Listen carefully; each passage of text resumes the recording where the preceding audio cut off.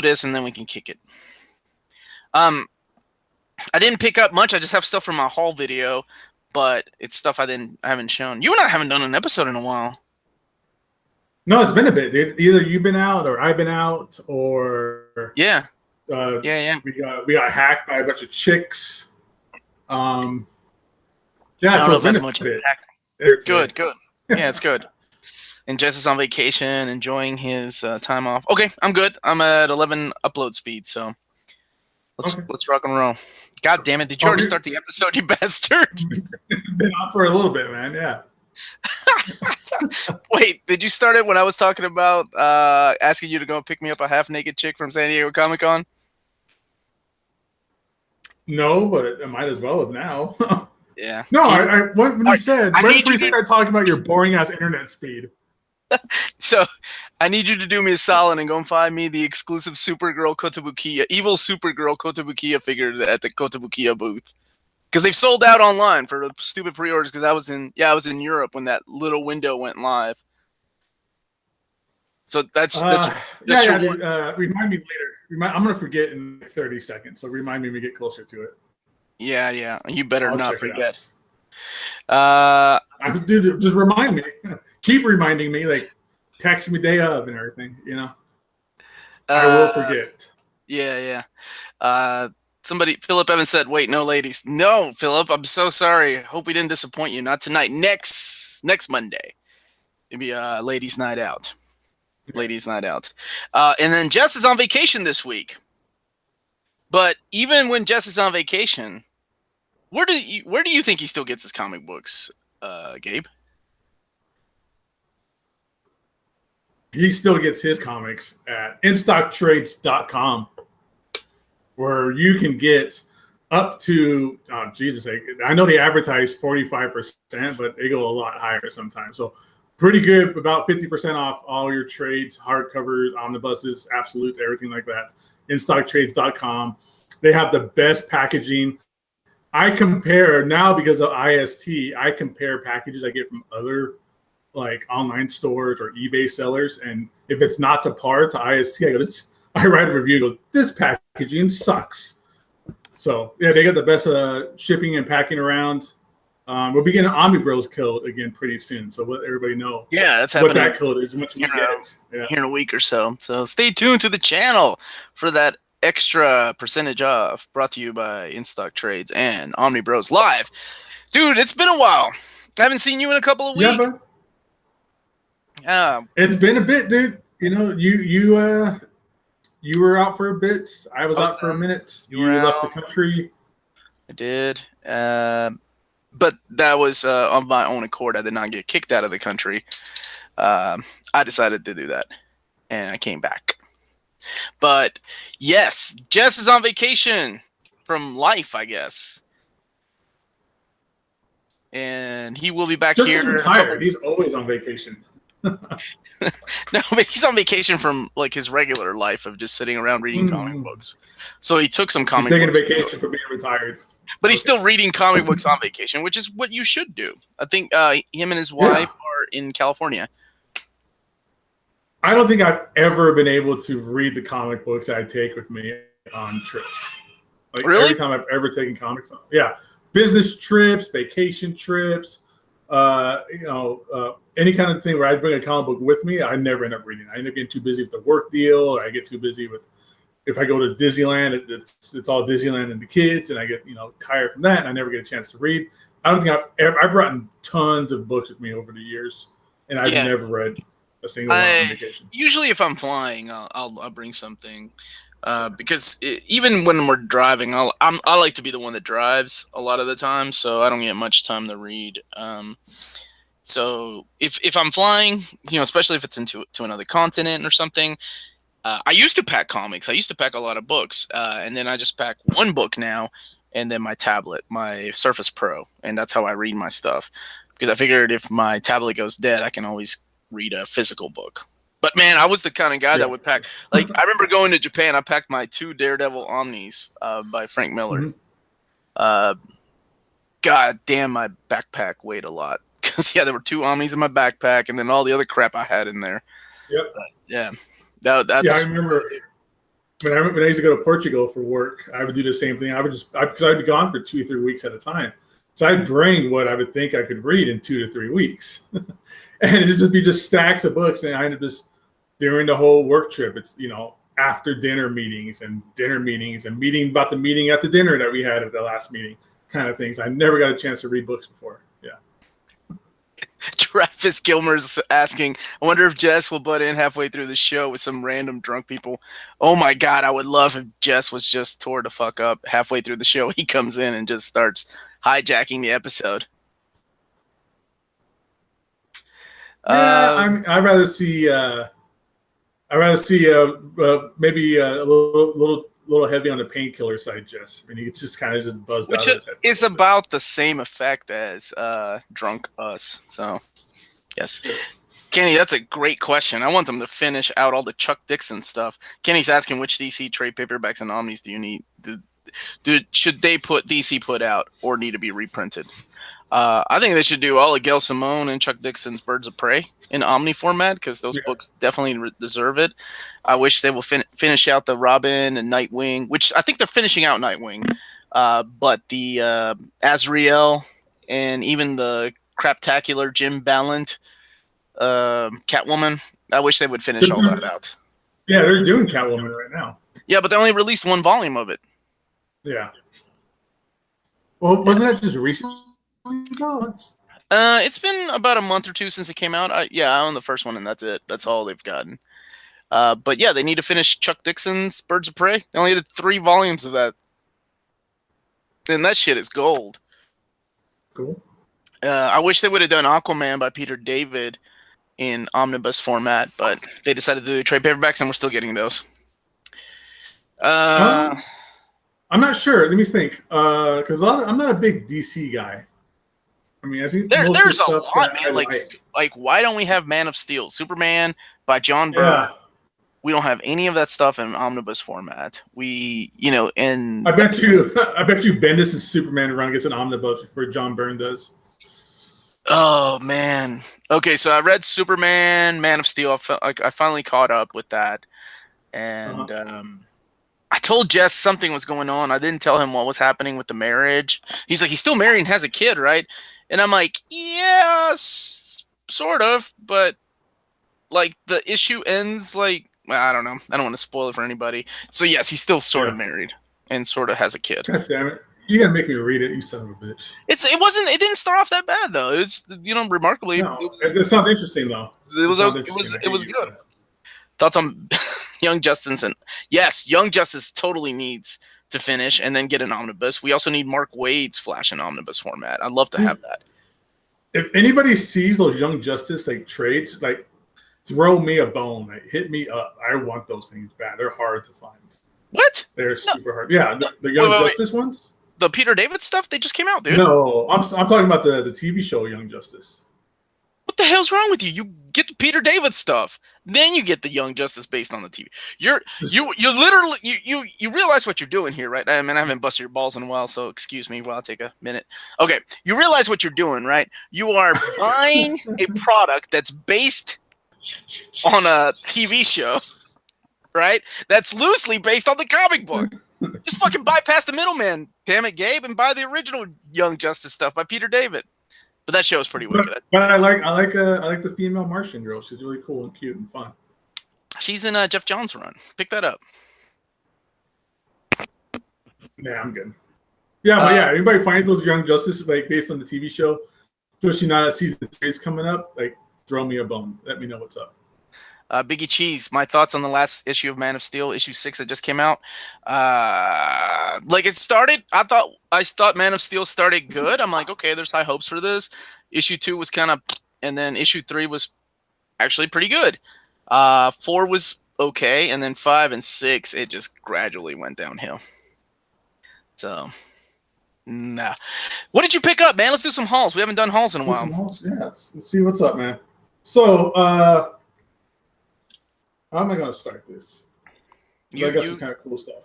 You share, I share. Doesn't matter. I only got a couple things for my haul because my in stock order doesn't come in until tomorrow. So I ended up getting Batman, Grant Morrison, and Kick Vengers Volume 2, along with Invincible Volume 12. You're an Invincible guy. Did you pick that up? The final volume? No, I don't have all of them yet. So I didn't get the last one. Okay. I want to, because I don't want that thing to like fall apart on me or disappear or fall off the face of the earth or something. Yeah, but that order doesn't come in until tomorrow or Wednesday for me. So I got my stuff from the last haul that I did, and this is the stuff that came in the last week from DCBS and Amazon. So what'd you get, man? Let me show. All right, so let's see here. Let me move some stuff around here for a bit. All right, so a guy comes into the store and he wants to sell comics. Okay. And I didn't buy any of the comics he had. They were garbage. All right. They were just, nothing that we would want at the shop. But in the back of his car, he had cases and cases of I know where this is going. Marvel trading cards, dude. It's worse than I thought. I thought you were going to pull out the old Wizard Marvel trading cards. I wish. That would have been great. No, yeah. But kind of in that same vein. Yeah. Marvel trading cards. So what did you give him for that? Like packs of gum? $5 a box. And I got like not bad 4 boxes. It is always fun. You should do an unbooxing of that shit. I was thinking of. That's what I was thinking of doing. You still have a channel? You still have a channel, right? It's still there. I haven't done anything on it forever, man. You're like on everybody else's channel except your own. Mm-hmm. That's odd how that works out, right? So I got, this is Marvel Universe Trading Card Series 4. And I immediately, when I saw it, I had to grab it. I knew I was going to buy this off the guy because the Ron Lim Silver Surfer on the front there. I stopped at Series 3. That was the last one that I stopped. Really? But I had 1, 2, and 3 at one time. And my wife collected them too. I wonder if she has full sets out in the garage. That's cool, man, because I remember these cards, and a lot of it, as I look on the box, it probably can't see of any kind of glare, but a lot of the artwork on these cards are from Ron Lim. Or it's in that 90s style of art that I love it. It's badass looking. Because during that time, that man was already drawing like 15 comics a month. So when they're like, hey, can you draw our complete set of cards? Sure. Yeah, seriously, man. I don't know how that man, I don't think that man slept in the 90s. Yeah, do you draw while taking a dump? Here's another project. So. I'm looking at the Infinity Gauntlet box set of yours, right? And there's Ron Lim on art right there. I need to clean up my backdrop. I'm all messy back here. Do those have chase cards? That set? Yeah. So according to the odds of finding the limited edition bonus cards, they're Marvel 2099, are 1 out of every 10 packs, and a Spider-Man versus Venom hologram is 1 in every 180 packs. It sounds like a lot. It doesn't sound like a lot, Yeah, that's like a 1 in 180 packs. Like that's probably like 1 in every 5 boxes or something. But yeah, that's cool. So yeah, I got that series. I got 2 boxes of these. Guess you want the whole set, of course. I'll sell a box, man. I'll sell a box, and you gonna flip it? The 1993 Marvel Masterpiece one that has Spider-Man 2099 on the box. Who did the art? Is that okay? No, the flare cards are the one that I remember. You remember the ad where it said "Drool here"? Like the first time you saw the flare colors, they used. I do remember that. Computer generated colors, right? And it was a picture of Venom. But it was Bagley's Venom from Venom #1, but they had just used computer generated colors, and it was called the Marvel Flare line.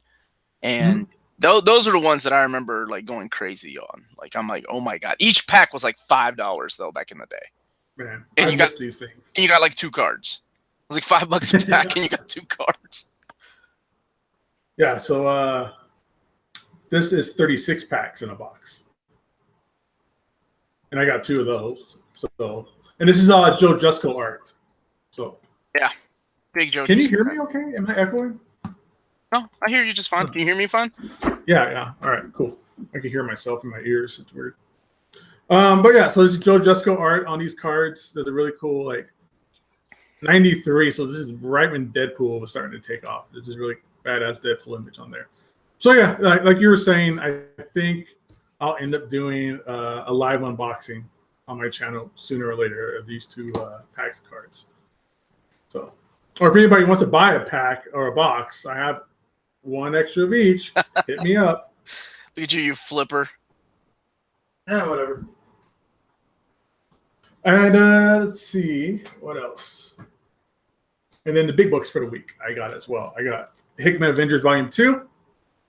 Finally, this bad boy comes out. I've been waiting a while for this to come out, man. Like, well, it was about a year ago when Volume 1 came out. So it seems like a long time in between releases for these. Yeah, and we all knew it was coming. But I'm one of those guys that because of DC fucking us over so many times, I don't believe it until I have it in my hands.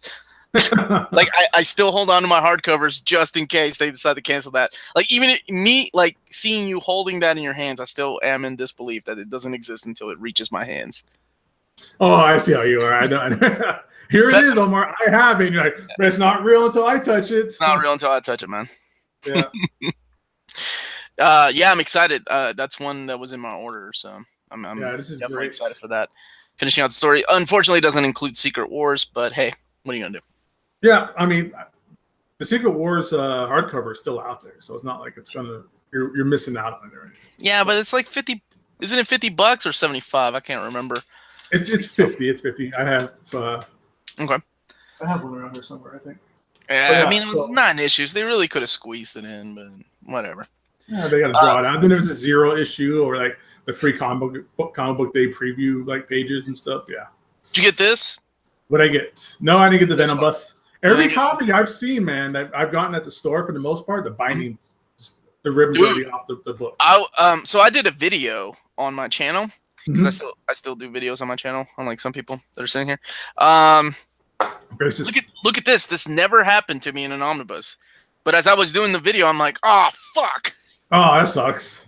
Yeah, I mean it's not a big deal. It's something that I can just get rid of, but it's just in the supplemental pages is all it is. Oh, so it doesn't cut the story at all? No, it's like the last, I would say the last 25 pages.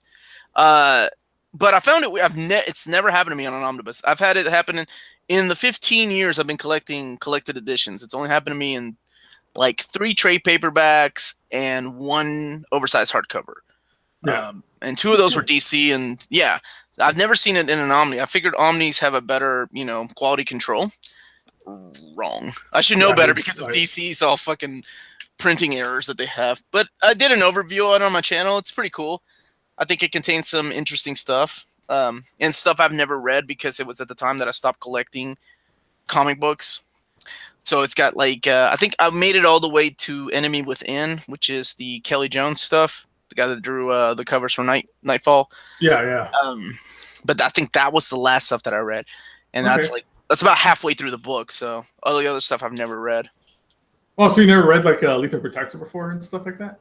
No, Lethal Protector. It's the cool thing about the book. It's in chronological order, so it comes off with Lethal Protector, which takes off right after Amazing Spider-Man 375, which I'm surprised is not included in this. Here we go again, Omar. All right, they're missing an issue. You think it should have been in there? I really do, because it sets up Lethal Protector. And you know what's weird? I was looking at the solicits of that Venom versus Spider-Man omnibus. Yeah. I saw 374 in there. I did not see 375. I'm like, okay, that's got to be some kind of mistake. That can't be right. Marvel is not that stupid to have, especially that iconic cover of like them look like they're about to dance, like swing. You know what I'm talking about? The Mark Bagley cover. It's a holofoil cover of Venom and Spider-Man holding hands. 375. Come on, Gabe. Oh yeah, no. When they're locked like that, yeah, that's the one where Venom promises that he won't go after Spider-Man anymore as long as Spider-Man leaves him alone. It doesn't go after him. And then that's what leads into Lethal Protector. So yeah, I've read all that stuff. Yeah. All right, what else you got, man? So Hickman Volume 2. Like I was saying, it's been a year since that came out, or Volume 1 came out, which is weird considering like War of Kings, those 3 omnibuses were like bam, bam, bam. So, and then this one here. Got Grant Morrison's finally a Grant Morrison Batman omnibus is out. So this is Volume 1. And this is interesting because on the back in the description here, it lets us know that this is Volume 1 of 3 omnibuses. Oh, 3. of 3. Breaking news there, Gabe. Yep. I thought they were only doing 2. Nope. Right there it says now collecting the entirety of this epic saga. I'll take back everything I said about DC being so nice for only charging us $75 for that omnibus. Yeah. I thought they were only this is cheap, man. Yeah. I got this for so cheap, like half off and all that stuff. And yeah, at 1 and 3. So, I wonder what they'll. Okay, I'm not gonna play the guessing game. Has 2 been solicited yet? I don't think so. No. Okay. I mean, it's great. It makes you wonder, like, are they going to put Final Crisis in an omnibus? Is that going to count as one of the 3 or part of one of 3, or are they going to keep that in its own omnibus? That better not, because that's twice as much. I mean, I'm an idiot. Like, I've read that. I think I've told this story before. I must have read Final Crisis like 3 or 4 times, and I'm like, man, I'm really fucking stupid. I must not get this. Because I still don't understand it, but I'm buying the stupid omnibus because I love that artwork. Because I hope they go with seeing the absolute version. Wasn't it J.G. Jones went back and redrew some of those pages that Doug Mankey had to draw? I don't know. I haven't heard of that before. Was that a thing, really? So the Final Crisis was running late, so issues 6 and 7. He had to fill in kind of artists in some pages. So J.G. Jones never got to finish it. Well, apparently for the collected edition of the Absolute, J.G. Jones went back in there and redrew those pages for the Absolute. So I'm hoping that they'll include that. Kind of like what they did with, the ending of, Infinite Crisis for the collected edition. They had Phil Jimenez actually go in and finish out some of those pages because they had a lot of fill-in artists in that issue 7. Well, that's cool. And I think at least in the omnibus, they have the original like couple pages that somebody else drew instead of him. You want me to go next, or you got some other stuff? I only got 2 more things because this was everything I hauled. No, that's it for me, man. That's it for me. Let's see. So this one is shout out to J Rocks. Thank you very much for this, man. This is the Mickey and Donald crossover by IDW. This is the Zodiac Stone. It's a crossover because Mickey and Donald comics are really, really popular in Europe. So I think these were original Italian comics and were printed like in the early mid-90s. And this is the first time they've seen print. These characters hardly crossed over in the American version. Matter of fact, I'm pretty sure Don Rosa states that Mickey Mouse does not exist in the same universe that Uncle Scrooge exists in.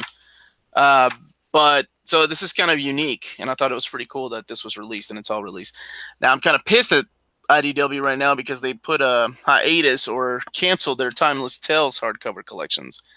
So I don't know if it's a cancellation for good or if they're going to plan on doing other hardcovers, but this was pretty cool. All right, man. What else you got? That's it for me, man. I just blew my wad. That was everything. Oh, okay. I need like 20 minutes in a Gatorade. All right, Jess, you haven't opened up your books yet. All right, so I got to show this off. I already showed it in my haul video, but I don't know if you saw it. This is amazing. This is the limited edition encyclopedia. This is the 3rd book of the series.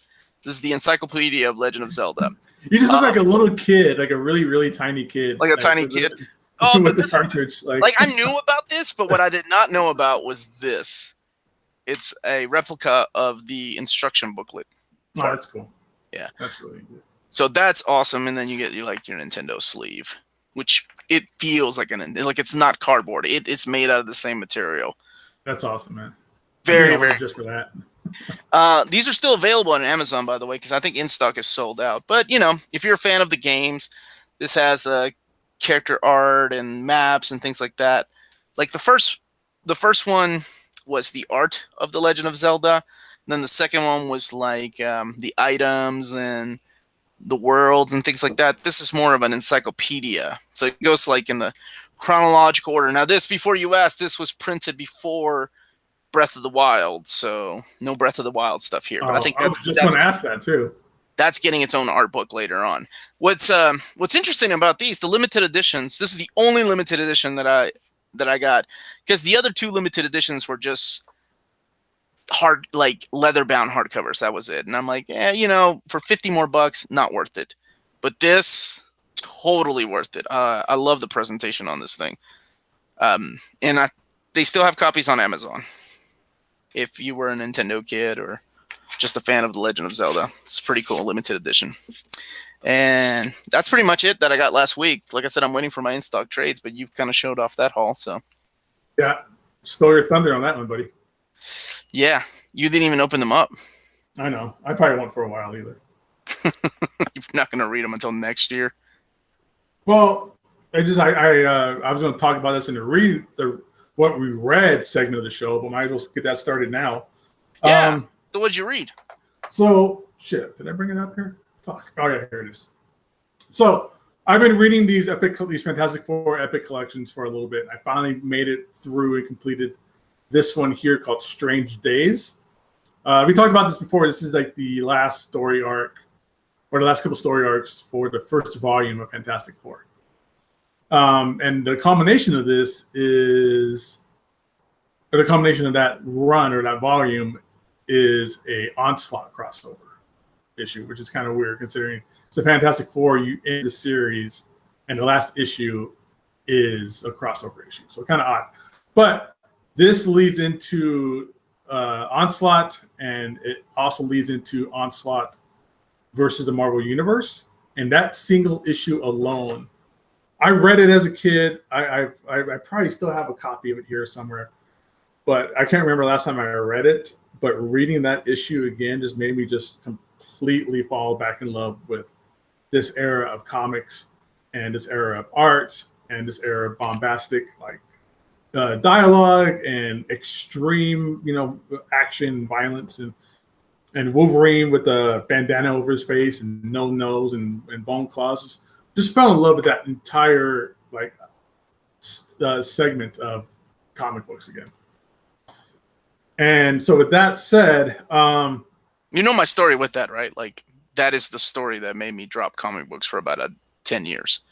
Oh, like, really? The Onslaught Marvel Universe? You know that. Like with Onslaught at I was in high school. I don't know that because I don't think that's a real thing. I stopped reading comic books in 1996.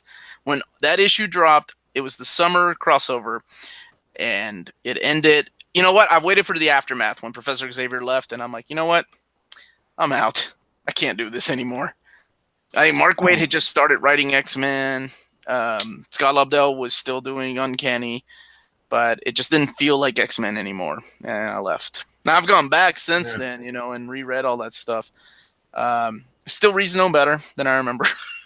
I love all this stuff. Look at this art, bro. Look, you got Wolverine with the bone claws. You got this great coloring. I love the coloring from back here. I think that's one thing that I've really missed from comics today is the coloring today is too, I don't know, fancy or highbrow or perfect or computerized. I don't know. But just the artwork in here and the coloring in here especially is just so much more vibrant and just dynamic and more comic booky, as opposed to trying to be some kind of serious high arts or anything like that. But I love this era. I love the way comic books were here, mainly because, especially with that Onslaught Marvel Universe, is you could have picked up just that issue and they explained everything. They caught you up with absolutely everything that was going on. Who this guy was, who was Joseph, when Professor X supposedly mind wiped Magneto, he made him younger and made him a good guy. Mm-hmm. And that's kind of the creation of Onslaught with the evil kind of embedded into his head.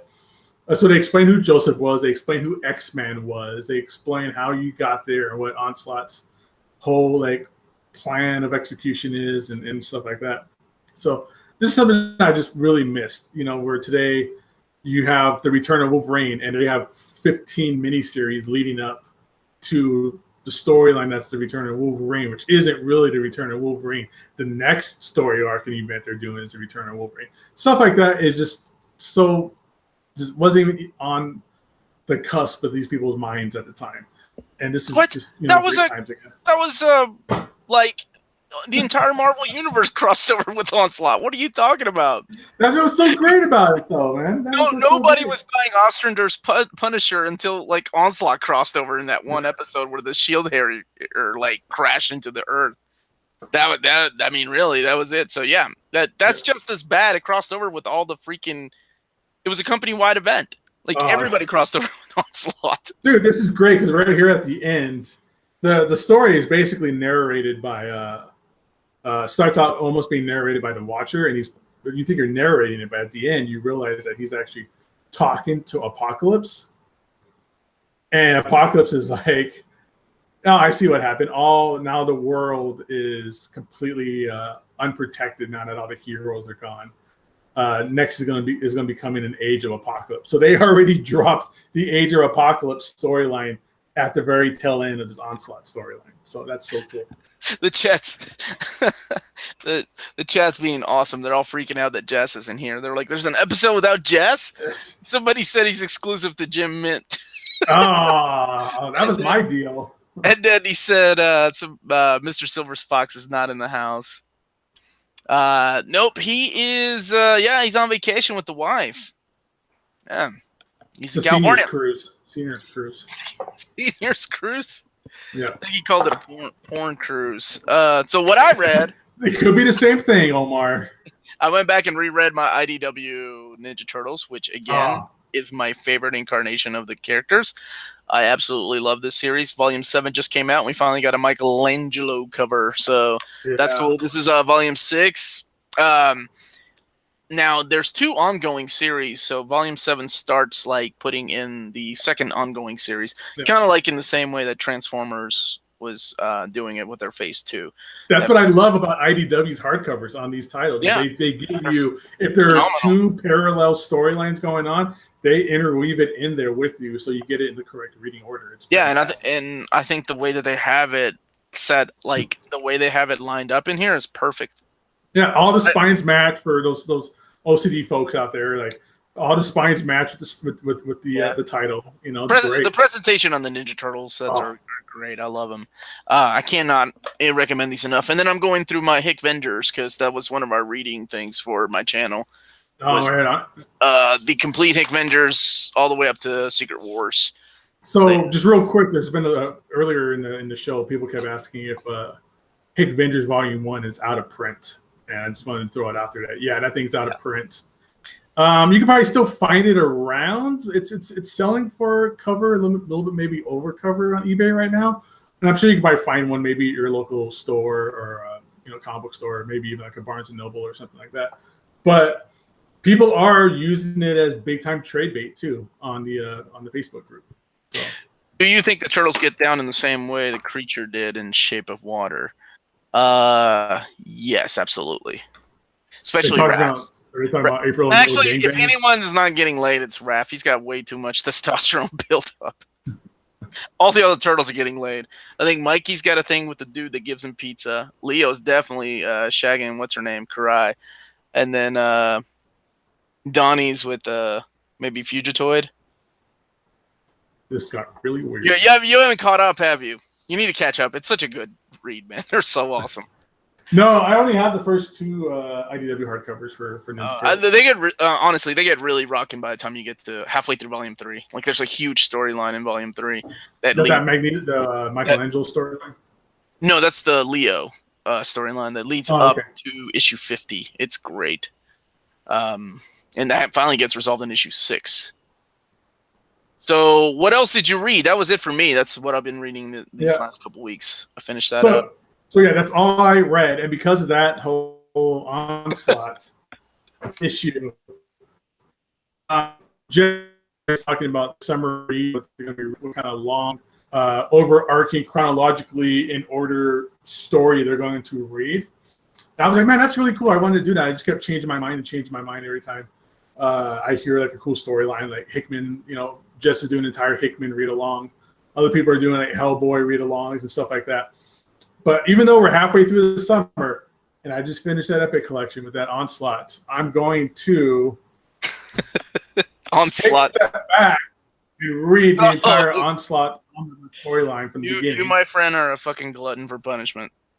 No way. If the rest of this storyline, I know that's the end, and that's how the storyline is over, and that creates the whole Heroes Reborn universe. But if any other part of the storyline is a fraction of entertaining as that was, I'll have no problem reading this. Punishment, no way. That stuff is too good. So that's going to lead into, like I said, so that whole storyline leads into the Heroes Reborn. Heroes Reborn, again, is when Jim Lee and Rob Liefeld were basically outsourced by Marvel to take over these characters, the Avengers. And and that end of Onslaught perfectly like sets this up. I love how they just perfectly just set up the events back then as well. Or at least the next event, the next step in the storyline. So there's Avengers, Captain America. This is by Rob Liefeld. Chuck Dixon did some of this. Jeff Loeb and James Robinson. Your boy Chap Yap is all up in the Avengers one. That's for sure. I love Chap Yap. I know you like your Chap Yap, dude. Like he is like a poor man's Rob Liefeld. If Rob Liefeld and Jim Lee had a kid, like it might be Chap Yap with his weird art style. Oh, it's so bad, but yeah, I like that shit, just like you do. Now, see, I had quit comics back then, so I quit comics like when they were. Yeah, I never got any of that because I quit right after Onslaught. Maybe I got like the first issues because I remember it was a big deal that Jeff Loeb was writing Captain America. Remember Jeff Loeb and Rob Liefeld? Yeah, Liefeld is the guy. Jeff Loeb from Teen Wolf. He was Teen Wolf fame back then. Commando, Teen Wolf, yeah, all those things. Yep. Jeff Loeb came in and did that, and then of course he kept them again. What was the? What was the cable stuff at the time? Or it was that US. What was it? It was like Fighting America, something like that. Oh yeah, that guy, yeah. But anyway, that's what I've read. I know we got some books coming this week. The main one for me is Berserk. Wait, I'm not done. You're still reading this shit? No, this is the setup for my summer read I was talking about. Worst summer reading ever. All right, no way, dude. Shut the fuck up, man. I'm so glad you're not in charge of giving us reading assignments. This is just as bad as Avengers: The Crossing. No, you know what? This is worse. This is great. No, what are you talking about, dude? This is Jim Lee on Fantastic Four. He only lasted like 4 issues before Brett Booth came on board, dude. You know that. I know that. It's still Jim Lee on Fantastic Four. Like, all right, carry on with your shit. How many issues he did or not? He did he did most of the covers too. So yeah, so I'm gonna read all that. There's a timeline I found online. Of like the reading order, so I'll follow that reading order. This Avengers is great, dude. I own original artwork from this storyline, from this book. I own the original art. And then there's Iron Man. Will's Pistachio. Yeah, Will Pistachio was in here. Pistachio. And that's the book with Hulk too, right? Yeah, Hulk's in this one too. Because at the end of Onslaught, God, why do I know this stupid shit? Hulk and Banner split, and one of them went to the Image universe, and the other one stayed in the Marvel universe. So Peter Davey could finish out his run. Yeah, because he asked it was a Hulk version at that time where he was smart like Banner, but was not as strong as a Hulk, but still super strong. So he asked, I think it was Jean Grey, to turn off the Banner in him, so that when he attacks Onslaught, there's like no holding back, like it's full strength, killing train energy. And so when that happened, that split the two women to separate entities. And that storyline, when it was just pure Hulk out in the Marvel universe, was great. That was a really fun time as well. That was the whole. Right after that's when they introduced Thunderbolts. So you can't go wrong with Thunderbolts. So anyway, so that all culminates down into Heroes Reborn, the return, the inevitable return. That, of course, that storyline of the most popular superheroes in the universe being destroyed, and the storyline starting in a separate universe, which was basically what Ultimate Spider-Man ended up being. Didn't last very long, and the return, the culmination is right here. There is one thing you left out from all those trades. What's that? Those don't contain issue 13, right? Yeah, that weird Wildstorm crossover thing. Yeah. So, unfortunately, or fortunately, the way depends on how you look at it, they don't contain the big crossover with the Image characters, and that was issue 13 of each of those series. They just kind of end, and then the next time you see them, they are in Heroes Return. But one of the best things out of Onslaught, you were correct, is Kurt Busiek's Thunderbolts. That's right. Yeah, Thunderbolts, and then not just that, but at the culmination of all that leads you to the Avengers as well. Well, yeah, that's the return. That's like Marvel, which we have those Omnis. We have that, and we have Thor by Jurgens, and then we have Captain America by Wade.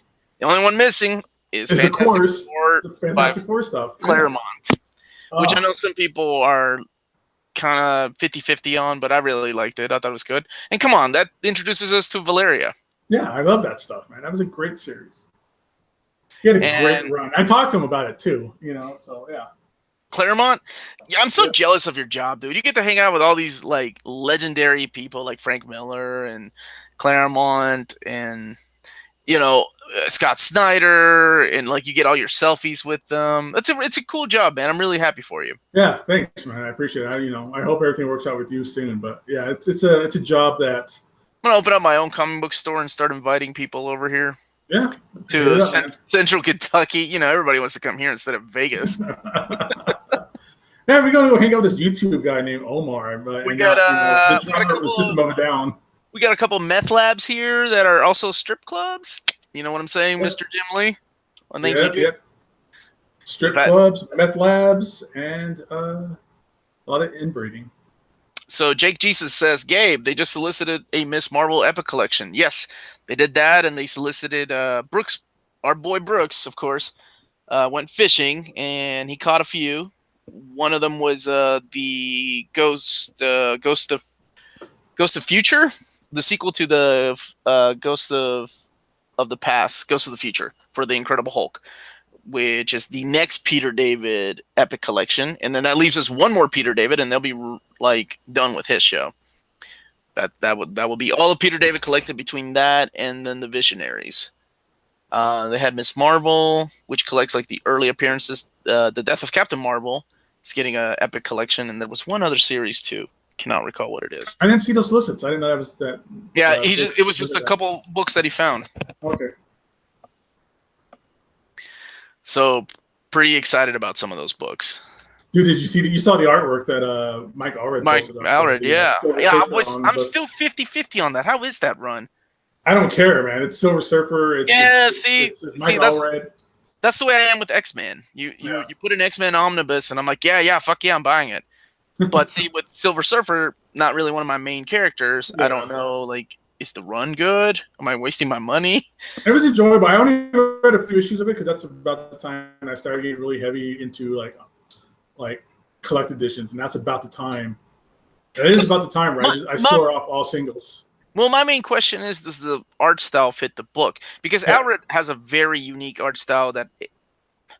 See, the problem with like stories like Wolverine Origins, other than the fact that the story was shit, is that Dylan's art style did not fit that book.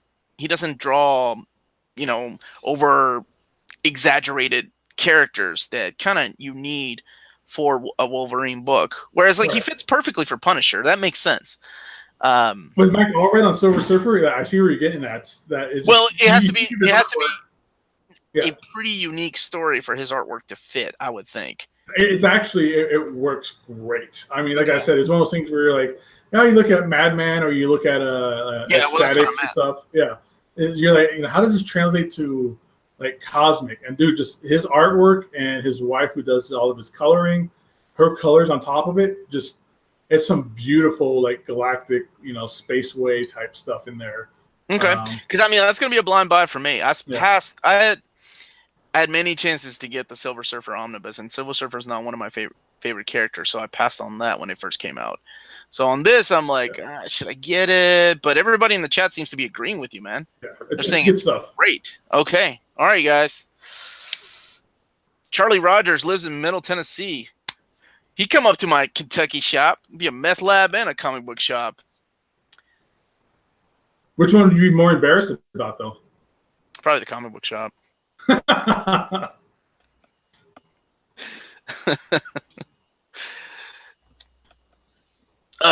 Okay, so do you have Miranda in Vegas in 3 weeks? Oh yeah, you want to go hang out with that fool? You want to Torpedo Comics, Matt?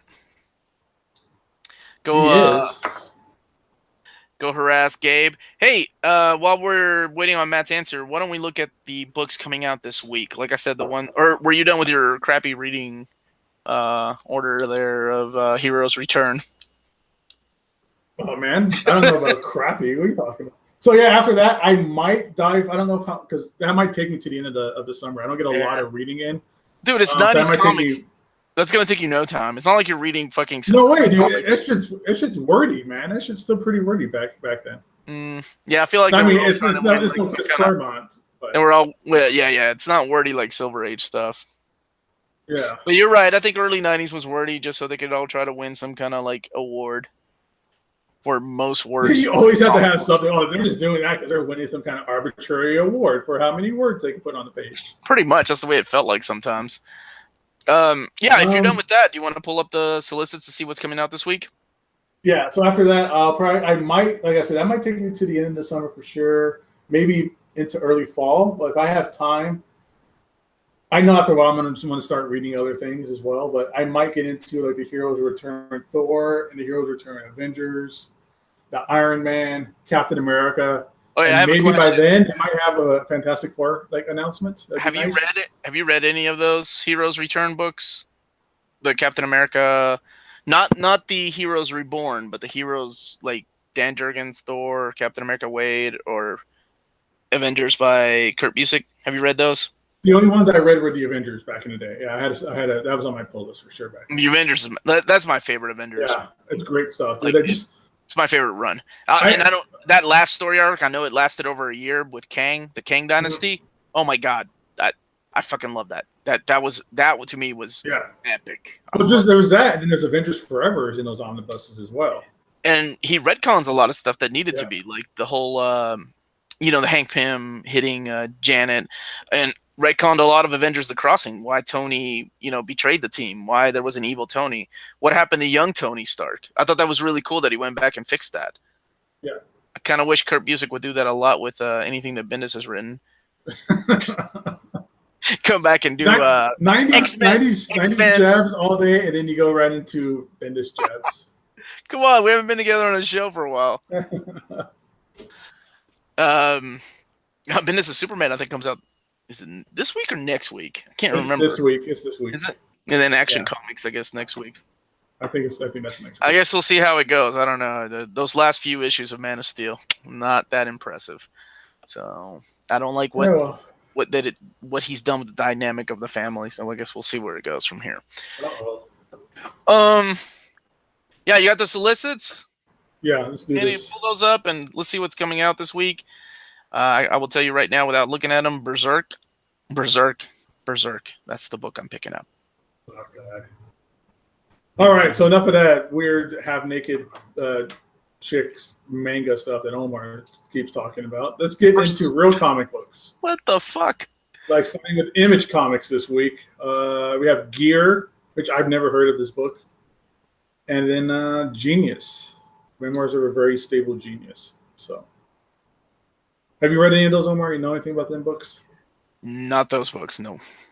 Not those books. All right, and then we get into Dark Horse, where we now have another Abe Sapien hardcover coming out, which is Abe Sapien Drowning and Other Stories. And I think, if I'm not mistaken, that's the first Abe Sapien book in the chronological order. I think that's where it fits in. Yeah, collecting volumes 1 and 2, and then 9. Because everybody was like, where the hell's volumes 1 and 2? So this is where they are. This is where they are. And then it also collects volume 9. So the other ones, like in the reading order, it makes sense, apparently, according to Dark Horse. But that originally they were volume 1 and 2, and then this one. Oh, okay. So when that series started, volumes 1 and 2 were it started in the future, and then they came back and stole it from a different timing point? Started in volume 3. That's weird. That's an odd publishing like agenda to do something like that. Well, that's a whole year, like 12 issues, if not more, of you being in that time and that world. I think we got the solicit early, so we knew it was coming. So people weren't like, well, if you look at solicitations, right? But there were other people that were confused, like, what the hell's going on?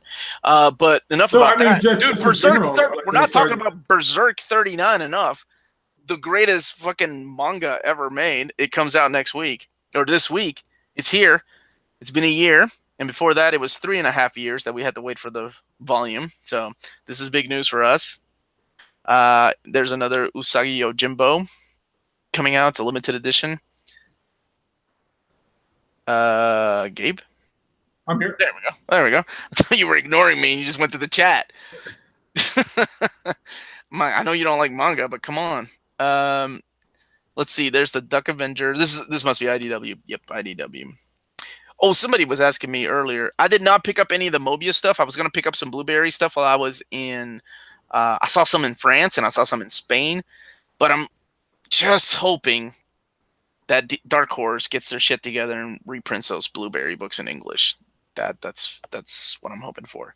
Yeah, we need some of that over here. I love the Blueberry stuff. Somebody gave me Portuguese versions when I was in Portugal once. God, that art alone is fucking makes me wish I was a cowboy. Yeah, it's a goddamn cowboy story. You're like, oh, okay, well, badass too. Okay, so it's not like Blueberry's the manliest name anyway. For better or worse, I feel like that's something Jess is gonna get. What's the one at the bottom? The TMNT what? Universe. Okay, that's TMNT Universe Volume 4. Yeah, that's the other ongoing title. Those are being collected in the hardcovers. There's your Joe Jusko Marvel masterpieces. How can you not talk about that, dude? That's what you got. I might have to pick that up, man. I bet that collects the art in the trading cards. Is that what it says? Joe Jusko's paintings for the 1992 Marvel Masterpiece Trading Card Collection. There you go, dude. Credited with the 90s trading card boom. No, these are complete Marvel Masterpiece painted trading card art from the 2016 Upper Deck set. So this is newer stuff. Okay. But look how cool, man. That's a beautiful looking Spider-Man. It's a great piece. I agree. That's why I pointed it out. That's gonna be cool. And then we got a DC. So they got a big we got electric blue Spider-Man or Superman right here. Yeah, that's where you go. Amazing. That's the good stuff. They got the Ex Machina Complete Series Omnibus. That's $150. But it's not blue Superman at all. No, it's not. And I am passing on that. I'm going to keep my hardcovers, but I will be picking up the Wonder Woman Rebirth Volume 2 hardcover. I never read the Ex Machina stuff before. It's solid. It's a good read. It's not my favorite Brian K. Vaughan stuff, but it's a lot of people's favorite. It's very political, but I like the way that it is done. It's about, it's like a president, right? And he has powers. It's pretty cool. Right. The president's like a superhero or kind of. There's a whole mystery behind it. Yeah. So okay. If you've never read it, I highly recommend it. It's great. Tyler Trent, we don't have the list yet of the 50% off books from In-Stock Trades. We're thinking it's definitely going to be the Ex Machina. They usually do Omnis the first week they're out. Probably, I would say, without a doubt, Ex Machina. I don't Especially know. a popular one like that. Like you were saying, I know a lot of people love that book. Dude, I've got 5 hardcovers. That's a huge book. Click on it and see how many pages it's got, just out of curiosity. Por favor. So it's Ex Machina 1 through 50 and Special 1 through 4. I don't see any page count. 54 issues. Good gosh. Plus the covers. Yeah, I mean, it's a pretty big page count. Not as big as Final Crisis when that comes out, but it's up there. And not as big as Infinite Crisis. Did you get the new Infinite Crisis, or did you have the original one? No, I've got the original. Yeah. We haven't seen you for a while, so I wasn't sure if you had that or not. No, I didn't pick it up. No sense in double dipping. I don't think it added anything extra other than less tighter binding. Yeah. I mean, that would be it. Apparently, that's the story. It's still pretty damn tight. Well, it's a big ass book. What do you want? Yeah. So here we go. Marvel Comics. All right, what's coming out from Marvel? I know Jess is picking up that Superboy and Legion book. Oh, really? You see, yeah, that's his stuff. Wonder Woman Rebirth Volume 2. Yeah, I'll be picking that one up. I'm getting that one. And I'm doing a custom bind eventually here one of these years of the Superman Blue stuff, so I'm passing on those. I really wanted to read this Blue Beetle, but I know it's already canceled, and I just heard a lot of. It is, and I read the first 6, and I thought they were good. Yeah, it's Blue Beetle, man. He's a hard sell, whether it's Ted Cord or the Hispanic kid, Jaime Reyes, yeah. Reyes, yeah, that was his name. Batman: Death and the Maidens. That's the one where Ra's al Ghul dies. But don't worry, he comes back in the spoiler Ra's al Ghul, Resurrection Ra's al Ghul crossover, which they're not included. It wasn't included in the Batman by Morrison, just like synopsis pages and stuff. Ooh, yes, more epics. God, I love those things. Okay, so some we good have ones coming out. Captain America Epic Collection, Hero or Hoax. Definitely picking that up. Oh, that collects early Captain America, 139 through 159. Yeah, so that should be, if I'm not mistaken, volume 3 or 4 of Captain America. Probably volume 4 of the Epic run, if I'm not mistaken. Yeah, it's weird how they print them out of order, but they tell you what volume completely. it is in order. Yeah. It's such a crazy way of just publishing these things. But at least they, that's how it works. So you know that the volume numbers on there and what order it's coming out. Yeah, this is volume 4. So I feel bad for the people that do that though, because holy crap, that mapping has to be a pain in the ass. Because when they initially were told us about the epics, they were like, no, you can keep your omnis. It's not gonna double dip into any of the omnibuses. You're fine. And nope, that's not true at all. no, I know, because they got the Silver Surfer. They got a couple Silver Surfer epics. Yeah, and they're exactly the prelude to the Infinity Gauntlet itself. Yeah, so I mean, they went back on their word within a year. Yeah. Oh, and initially it was only going to be 4 of them. They were like, we're only going to do 4. We're only doing Avengers and Captain America, Iron Man, and Thor, and that's it. No more epics until we're done with these. And holy shit, I think there's like over 15 epic titles out. Yeah, dude, they're everywhere. I mean, and that's good and all, because I mean, I picked up Kraven's Last Hunt. I never read the whole storyline of Kraven's Last Hunt. Oh, that's a classic, dude. That's one of my favorites. I mean, I've read like the basic storyline, but this epic collection is huge. I mean, it spans so much more before and after too. So, and the epic collections are really good. They're supplemental materials. Really okay, so like I don't have like the Captain America or the Iron Man or Hulk Volume 1s because I mean I like Jack Kirby, but he's not like one of these artists that I have to have like, and I'm probably gonna sound blasphemous for this, but I don't have to have it oversized. Like, so I'm okay owning it. The trade paperbacks or the epic collections instead of the oversized hardcovers or the omnis per se. So I don't mind getting those like this. It's not until you get like you into the 80s or 90s or a series that I really enjoy like Fantastic Four that I have to have the omnibuses, or Spider-Man for that matter, with the late Steve Ditko's artwork in those first first few issues. And then Doctor Strange, which I haven't picked up, but I know Jess picked up. Anyway, sorry. What else we got here? Nova by Abnett and Lanning, complete collection. Instead of giving us another Annihilation reprint, one day, man, as soon as they announce that Nova movie, Annihilation Omnibus will be back in print.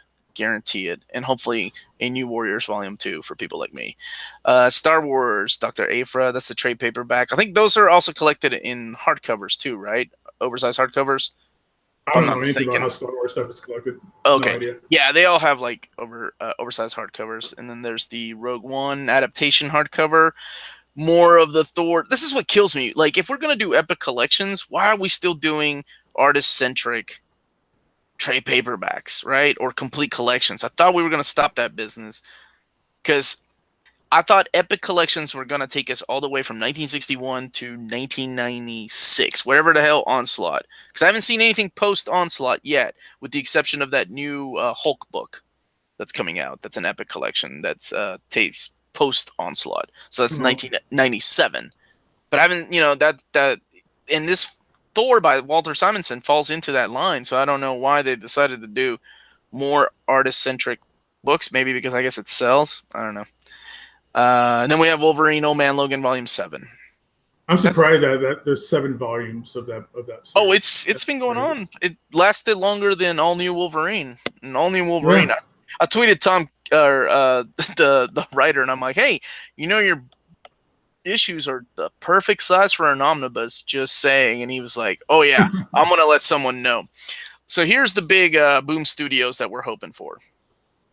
Oh, the Crimson, huh? Yeah, so many moons ago, probably about a year ago, I shared on the Omnibus Collectors page the link to the Amazon where they had a glitch on the price that it was $30. And I think there were like 15 people that pre-ordered it. And then somebody brought it up again that actually shows you what the book looks like. And it is beautiful. It comes in a slipcase.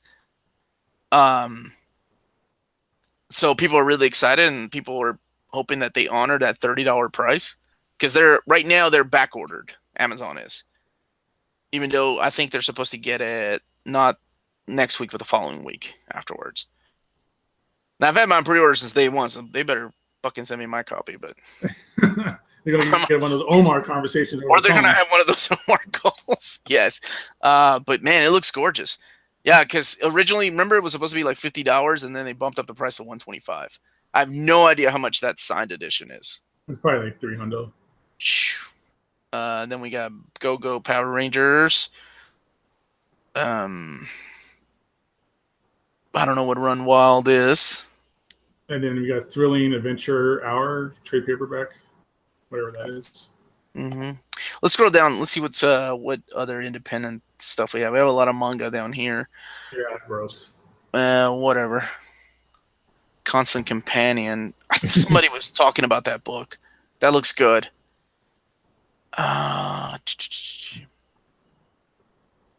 Heracles, book 1. I heard that was pretty good. I'm sure you want to check out this Regal Academy. Dude, I'm so far behind on manga. Rinmei, I'm a big fan of that. The Rinmei, the Rumiko Takahashi. That's some good stuff. I'm a big fan of it. Everything is real. I don't know, but I love the title. Yep. Oh, emotional. A young woman experiences emotional setbacks. That's right up your alley. All about those emotional setbacks and daddy issues.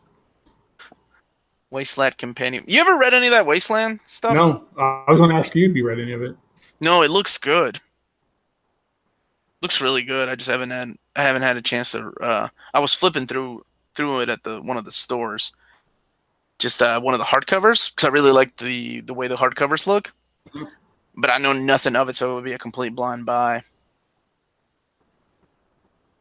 And that's basically it for what's coming out this week. Remember, check out InStockTrades.com Tuesday about 3 p.m. Eastern time. The site goes live with the new stuff. Check out the discounts and pick up your orders from there. Trades. And if we get an email with the prices that are 50% off before the episode's over, we will let you guys know. Sledge, thank you. Okay, so Sledge says Wasteland is amazing. It looked really good. I just know nothing about it. Chris M says F Amazon.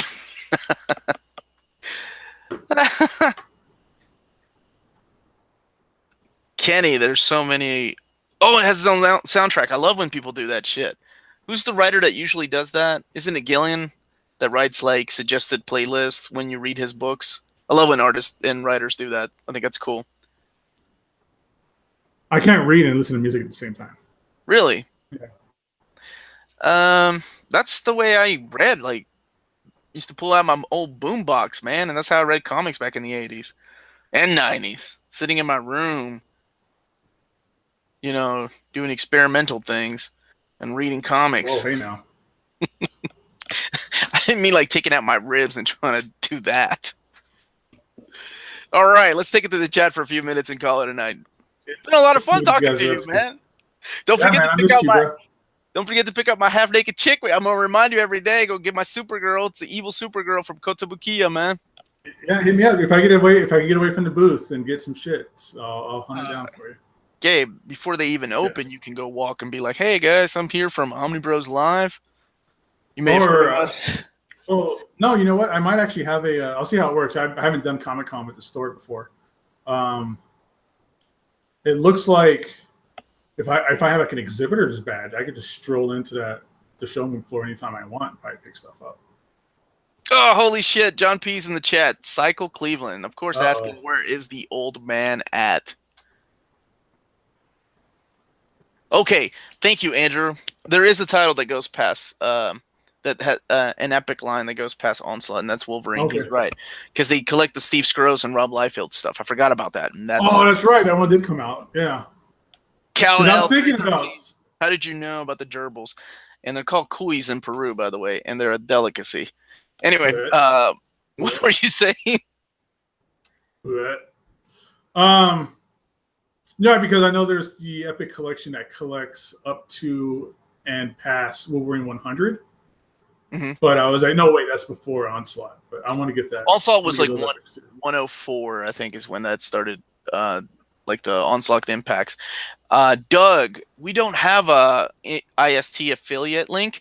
What we will have in a week or two, hopefully soon, if we hear sooner, will be an additional discount code. They'll give you a code where you type it in, and then when you purchase your stuff, it gives you an additional percentage off. We don't know what that percentage is yet, but we'll find out. And as soon as we find out, we will let you guys know.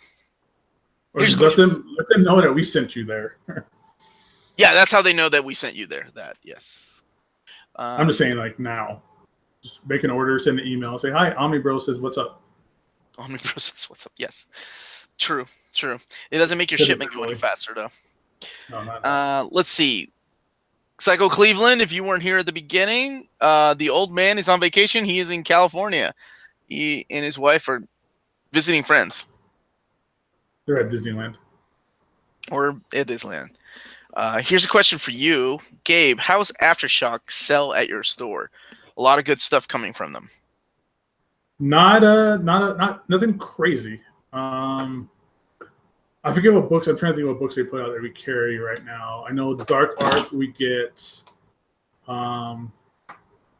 Jimmy's Bastards. We get most of the Aftershock stuff, but it's really maybe like one or two issues. It's mainly for people who have it on their pull lists.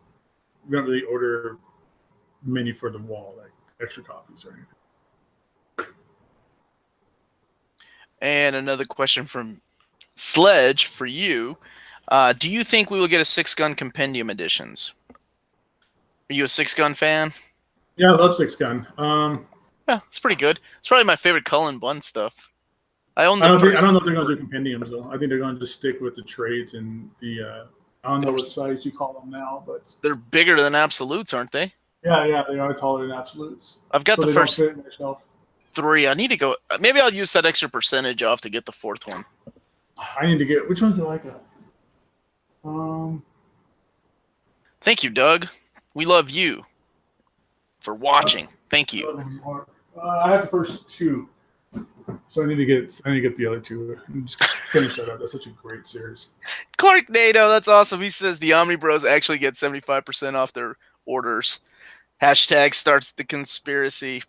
Uh-oh. I wish my haul would have been fucking huge, man.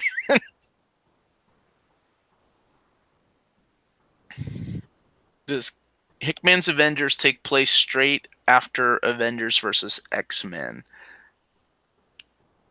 When does that take place? Because Avengers versus X-Men, that was during Bendis's time, right?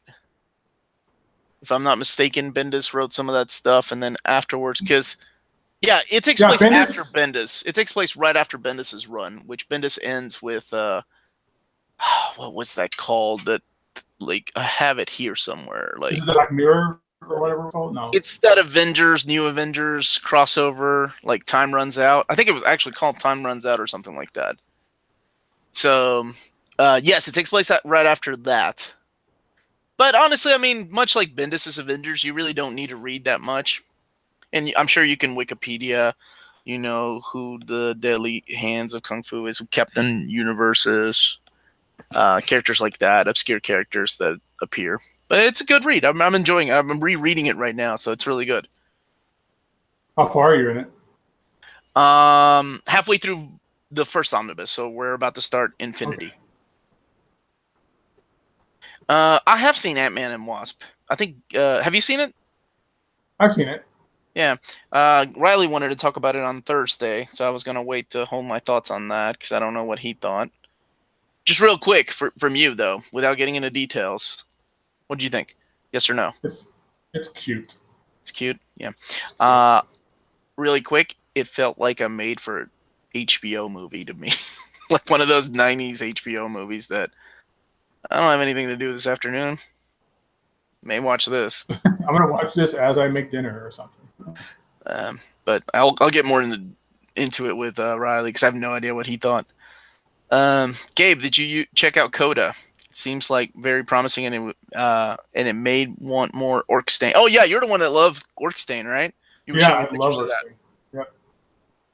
No, I haven't checked out that Coda yet. I didn't know if Stoker was just doing the covers or if he was doing the interiors. But... Chris Seb said Coda 1 may be the worst comic book he's ever read.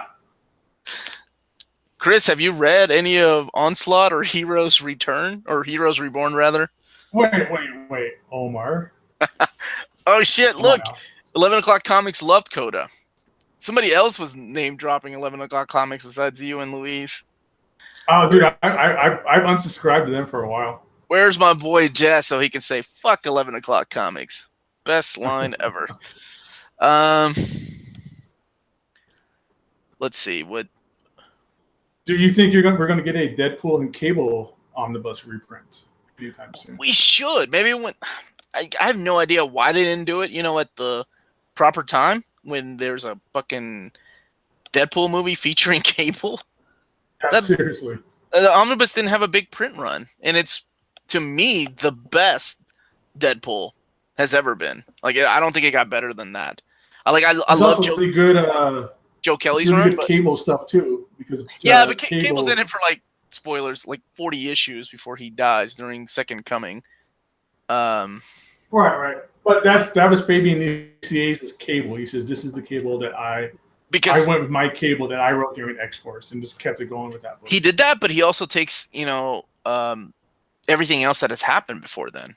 Like, even though he stopped writing that character over 15 years ago, he still respects what happened to him during that time that he was gone, because he acknowledges Irene Merriweather.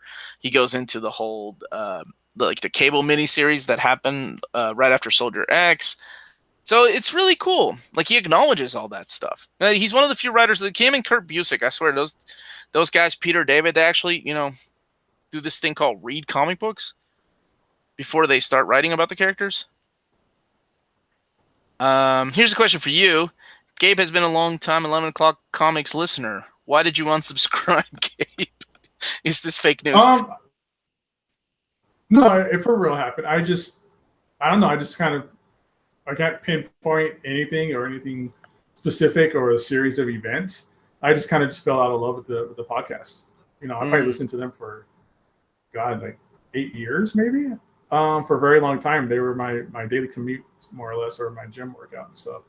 I just, I'll probably go back eventually, but for the last couple of months or so, it just wasn't tickling my fancy anymore. I wasn't interested in what they had to say.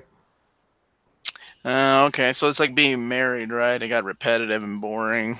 A little bit, yeah. Need to look elsewhere. Listen to other podcasts. Gotcha. Jake Jesus is waiting for a reprint of Whedon's run on Astonishing X-Men, which is phenomenal. And Morrison's. What do you guys think? Yeah, Morrison's is great. I think Morrison's still in stock, isn't it, Gabe? The Morrison's new X-Men on the bus? Yeah, new X-Men. It probably is. Yeah, that's a third printing of that book. So it's had 3 printings, whereas Joss Whedon's Astonishing has only had 1. Let me double check. I'm pretty sure it's still in stock. I think that X-Men run is always going to be one of Marvel's few evergreen. But dude, it was out of print for 3 years before they reprinted it. Yeah, it's still in. Yeah. But then they busted out a double printing of it too. Yeah, because it's back to back. Yeah.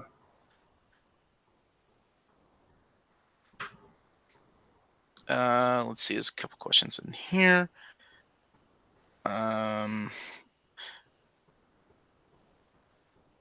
What do you actually want from a comic book film? It's too dark, too upbeat. That's not what this hero does. My wife knows what she wants to eat more than fans know what they really want. That is true. What to me, I don't know. I really liked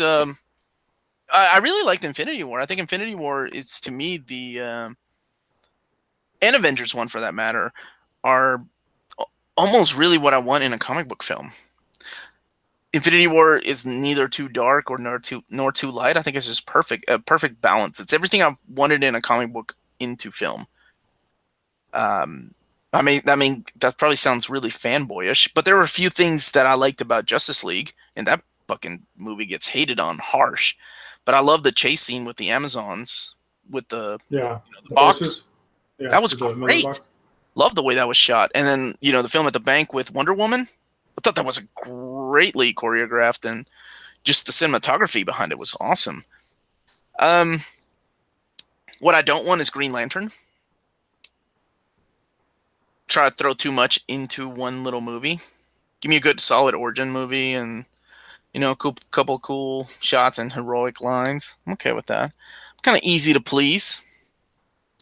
What about you, Gabe? What do you consider like the best superhero movie to you? The best superhero movie, Marvel, DC, Hellboy, whatever you want to. What is the comic book? I'm sorry, not superhero. I want to say comic book movie. Comic book. But no, let's stay with superheroes because there are a lot of comic books. Make up your mind, damn it. Well, you got things like From Hell or Road to Perdition that are, based on comic books. So I don't want to go that route, but let's make it more superhero comics. Like what's I think these questions are geared towards mainstream comic books, but yeah, Hollywood type. I mean, yeah, I agree with you. Everything you said about Infinity War is absolutely correct. What I think Marvel does better than the DC movies are doing. This isn't to draw a line or anything, but I think the Marvel people have Marvel creators involved, and I think they have they take the characters more serious. And I don't mean serious as in dark and gloomy, edgy serious. I mean like serious, like with respect and with understanding and with care and love and passion. But then DC have I think Jeff Johns though. But I don't know if he had any pull. I don't know how the background works on it. You think it was just a check?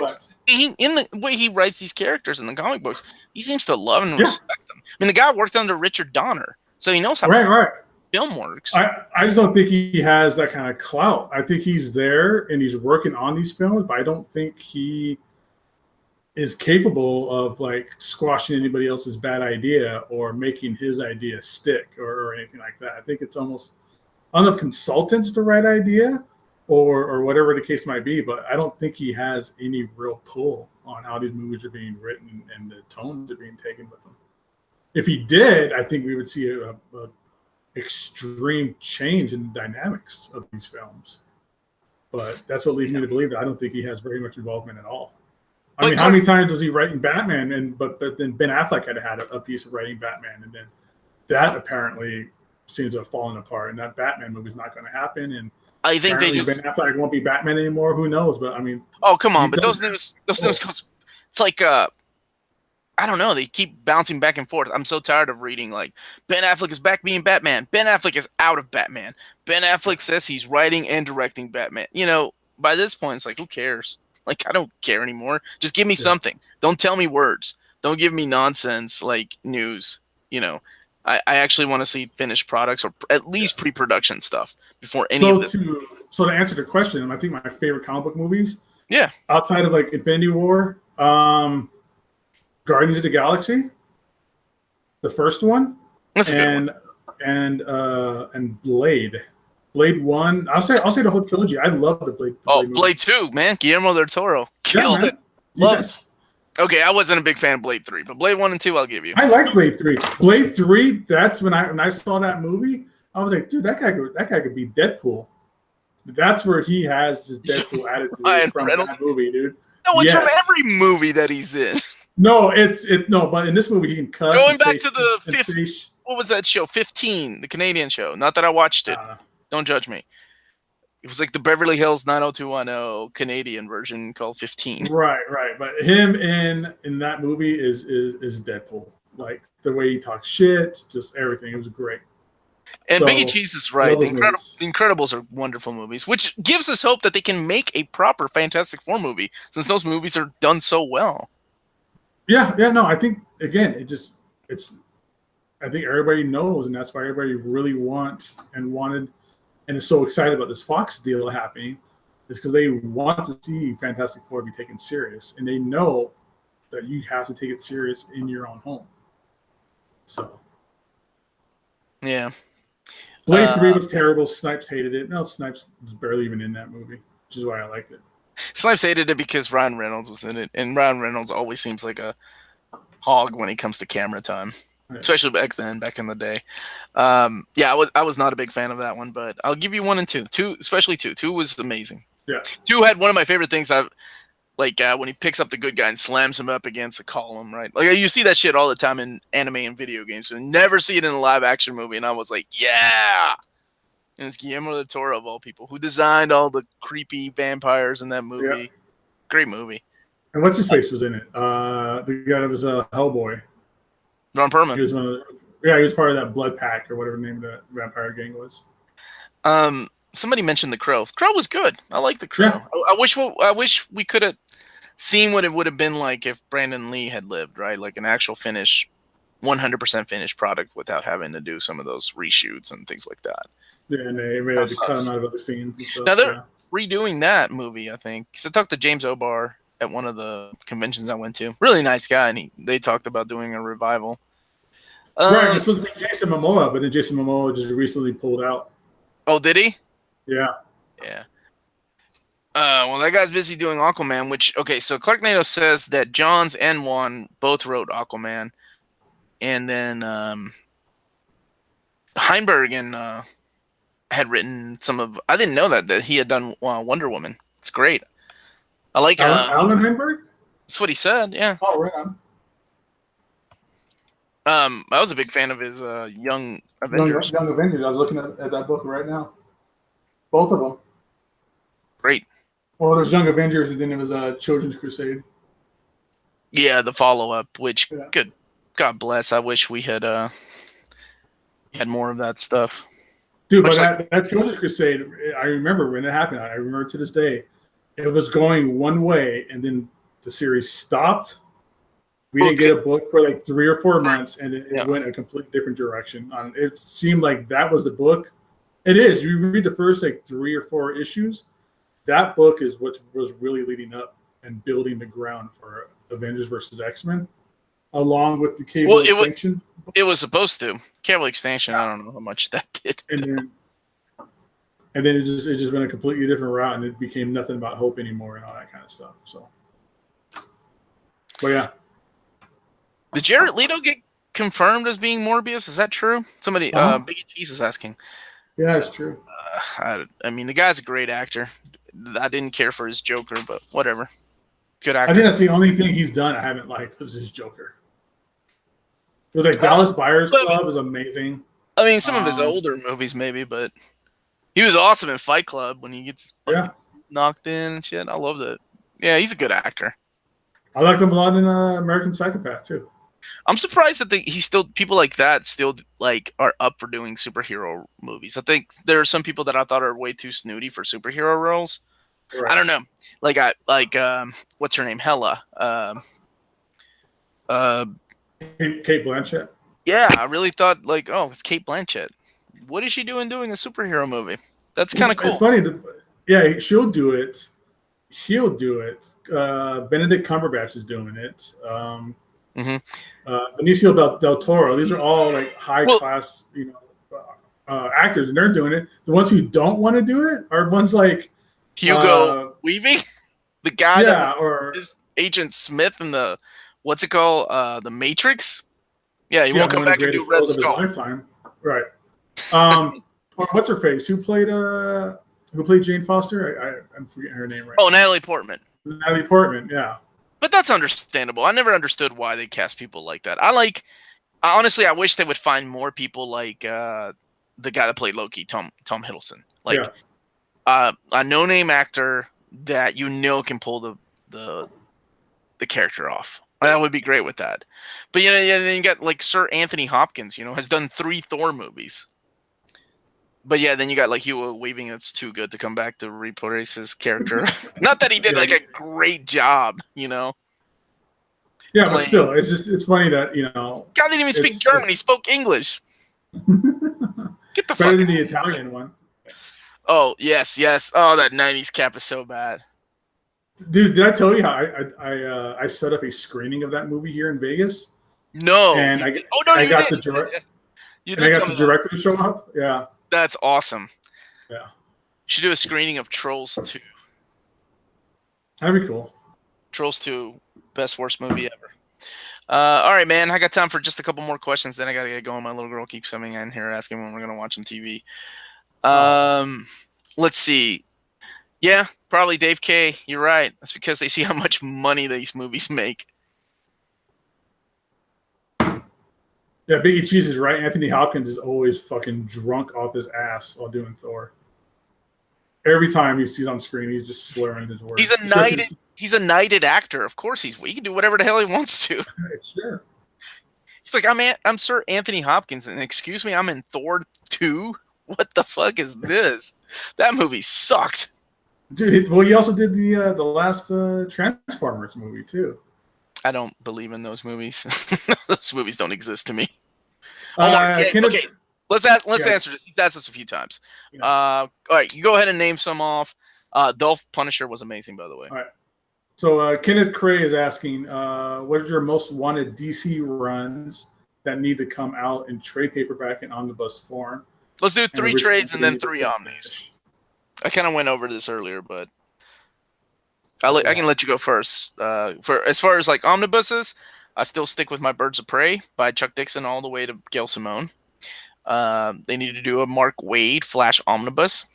I don't know why we're getting trade paperbacks and why we're getting an Impulse before we get Mark Waid's omnibus. What the fuck? And then I would love, God, there's so many. Spectre would be great. Suicide Squad would be great. But I'm going to be true and say a proper Aquaman by Peter David omnibus. Shout out to Gio on that one. Oh, yeah, him. Shit, I love that run. That's a great run. Come on, man. He made Aquaman badass. He lost a hand. He had a beard. He had a water hand and then a hook hand? Well, the water hand came later. He had the hook hand for years. So what would you put in the omnibus format? Those are my 3 omnis.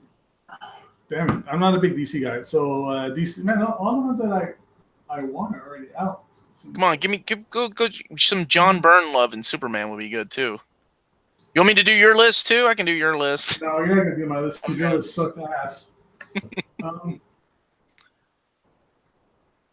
Shit, dude. I don't know. This is gonna be complicated for a second. Just look in the chat because Marco's right.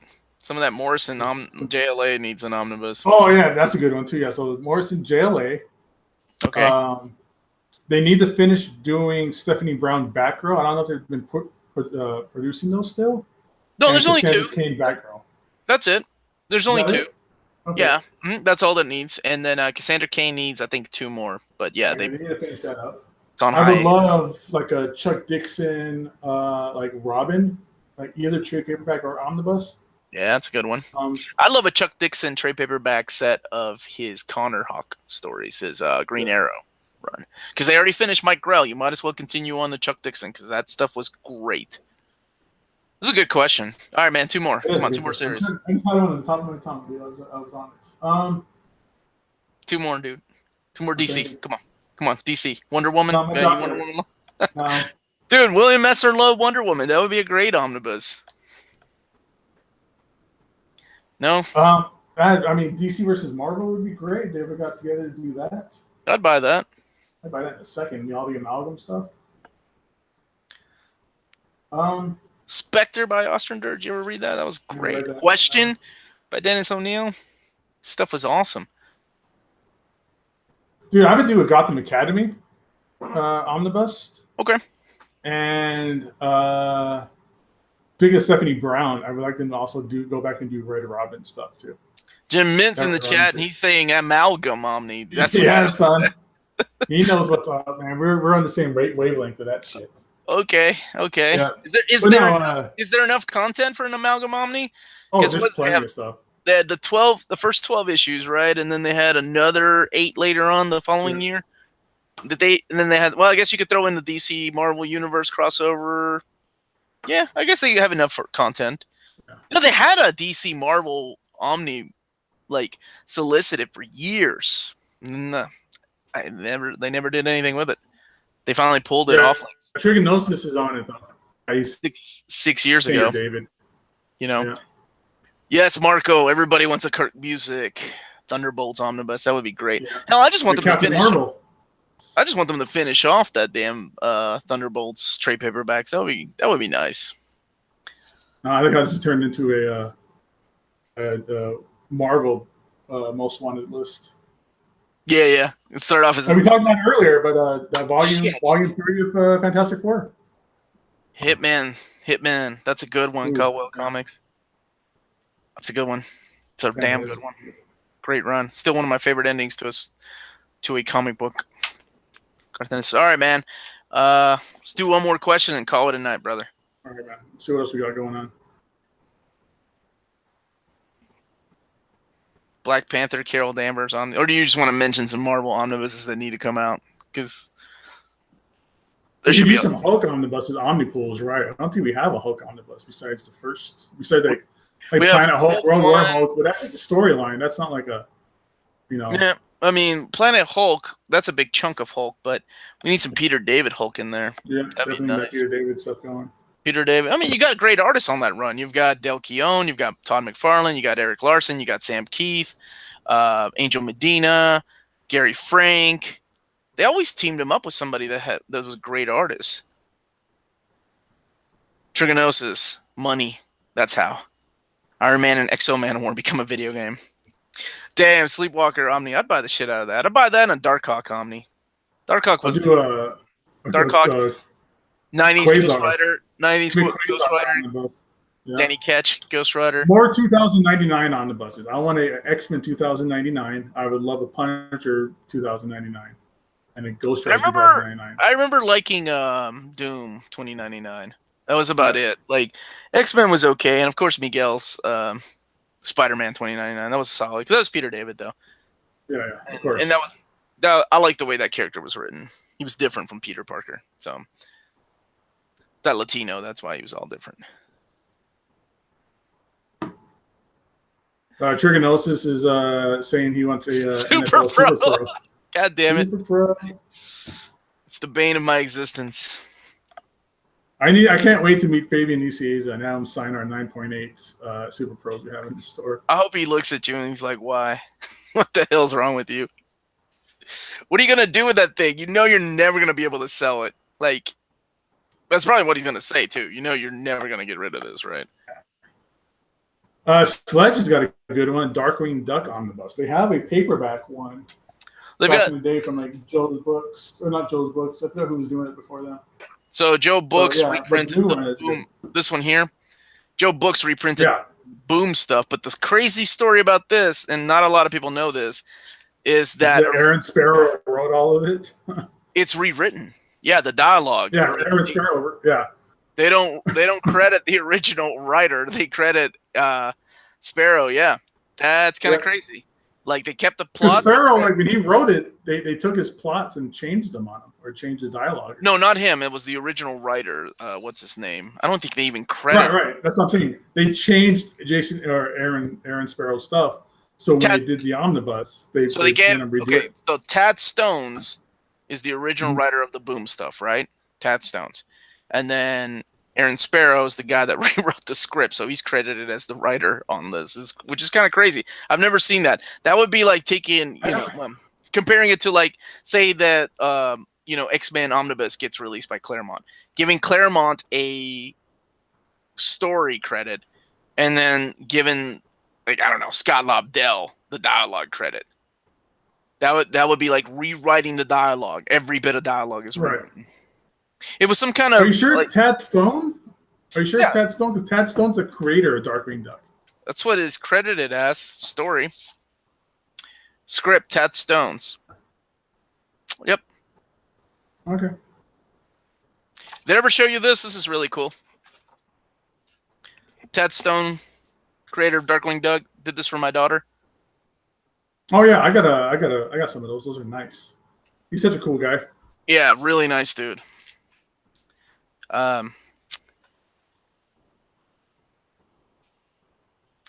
me a second. I'll show you mine. I didn't know it was going to be a show and tell. I could have gotten my original art somewhere else. I wonder what you're going to show me, Gabe. Why are you always trying to one-up me, dude? This isn't even mine. This is my daughter's.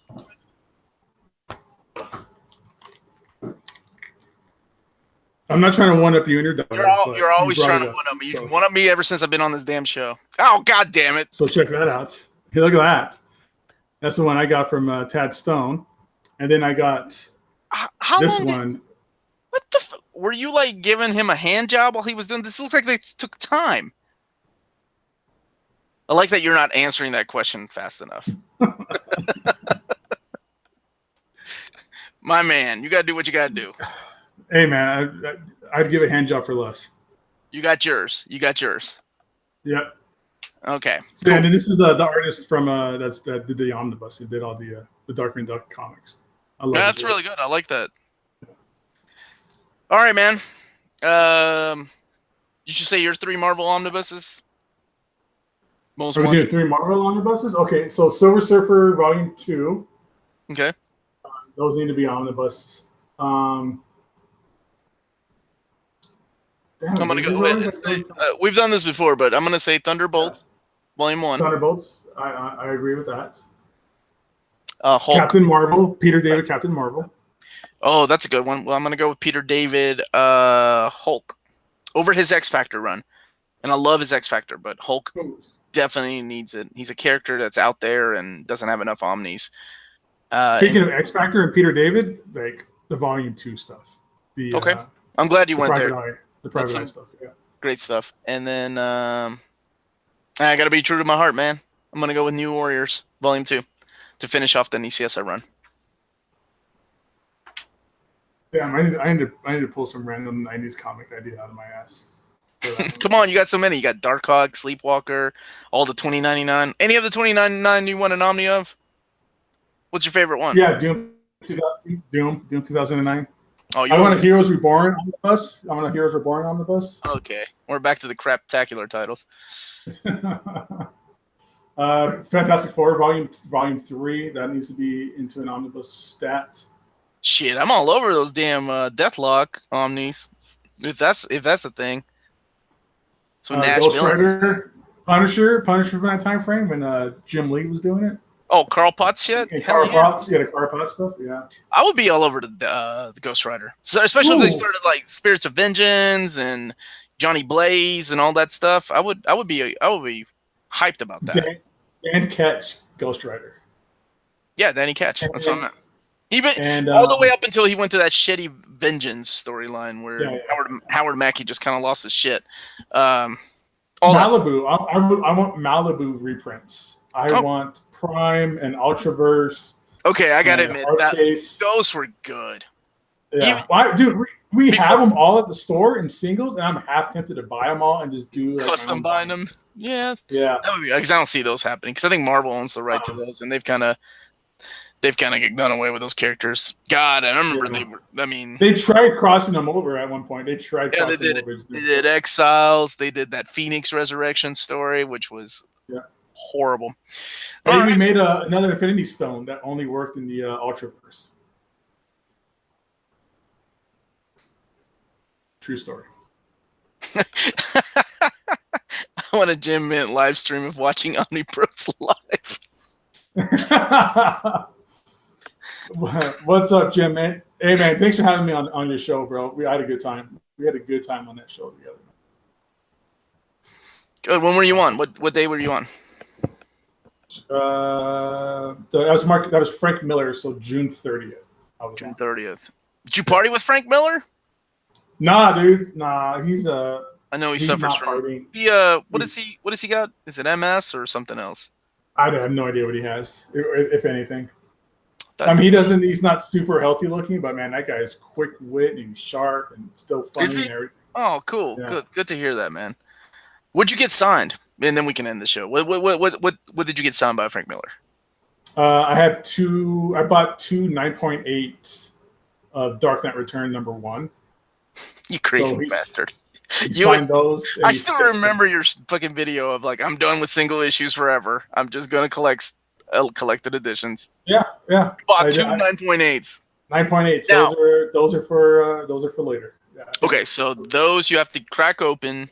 Because you can do it at your store now, right? You could technically do it. Crack it open and verify the signature and have it sent off again. Is that how it works? Right. They weren't signed before, so I just bought the regular 9.8. They were blue labels. Cracked them open. I sent it because Klaus Janson was supposed to be in the store, but he canceled. So I have it set up. So I sent my books to Klaus Janson. So he signed and sketched on both of those books for me. We sent them back. got them back for the Frank Miller signing, and then Frank Miller did the same thing. So they're double signed and double sketched. 2 of them. Okay. Like talking to somebody that doesn't know shit about CGC, what is that? How much more would that up the value? A lot. Like $20. It's worth it. Sure. $20. $20. Okay. Yeah. And in all seriousness, what happens if it's something like Frank Miller passes away tomorrow? Then the book explodes. Does that impact the sketch and the signature? Because I'll tell you this right now, my 2 sketches were the last 2 he did at that signing. And then, so technically, if something bad was to happen to him, I'd have the last 2 sketches he ever did. I feel like you have like a conspiracy to go kill Frank Miller now, just so your 2 sketches will go up $20. Yeah. $20. Oh, Jim Mint, good call. What if Omni for sure? I would love that shit too. Volume 1, Volume 2, and Volume 3. All volumes of that stuff. They were all great. The 70s, the 80s stuff, the 90s stuff. They were all awesome. Maybe not the late 90s stuff, but all right, Gabe, sign us off, buddy. All right, everybody. Who's our official sponsor? There's only one sponsor that can handle our show, and that is InStockTrades.com. Everybody, that's the site you want to go to every Tuesday at about 3 p.m. Eastern time and order that week's hardcovers, omnibus, and trade paperbacks. You can save up to 50% off. Free shipping in the United States on orders at $50 or more. Best bomb-proof packaging available for these types of books. And we'll be getting another Omnibros discount pretty soon to share with everybody so you guys can get a little bit more for your hard-earned dollars. So thanks for showing up, everybody. Omar. My man. Where can they find you? You've been all over the world, but where can they find you? I've just been in Europe. Internet. On the internet, you can find me on my YouTube channel called Near Mint Condition. But you can rest assured that I'm usually here on Mondays and Thursdays, usually on Omnibroslive and on the wonderful Facebook group, which is, once again, Gabe, what's it called? The Omnibus Collectors Buy, Sell, Trade, Shop, Drop, and Community. I forget. I feel like just right now. Every time I get on the spot, I forget the name of it. You said that with such assurance that I would believe you. And where can they find you, Gabe? Find me on Instagram, Gabe Infinity Watch. My YouTube channel is also Gabe Infinity Watch. Check me out there. And if you're ever in Vegas, come by Torpedo Comics and say what's up. Good deal. Good deal. All right. Thank you, everybody, for watching. And we will see you guys. I'll see you guys on Thursday. We have a Wednesday show. And Gabe, we'll see you next Monday, maybe, right? No, next Monday is the ladies' night again. The ladies' night ticket. Yeah, okay. Well, why don't you come and join me and Jess on Thursday then? See if you can do a switcheroo at work or something. I doubt it, but I'll see you when I see you. Throwing that out there. Oh no, wait, you got what's it called? San Diego Comic-Con coming up. I got David Finch this week. He's going to be signing in at the store on Saturday, and then next week is San Diego Comic-Con. So yeah. So next time you guys will be able to see me will be if you're at San Diego Comic-Con, stop by the Torpedo Comics booth. We have all of our high-end CGC vintage books as well as a half-off trade paperback booth as well. So hit me up there. You can say what's up. All right. And you can help me get Omar his other his Josh. Half naked. Shut up. It was good to see you again, man. Yeah, it's good seeing you too, son of a bitch. About your friends. Y'all have a good night. Later, everybody. Thanks.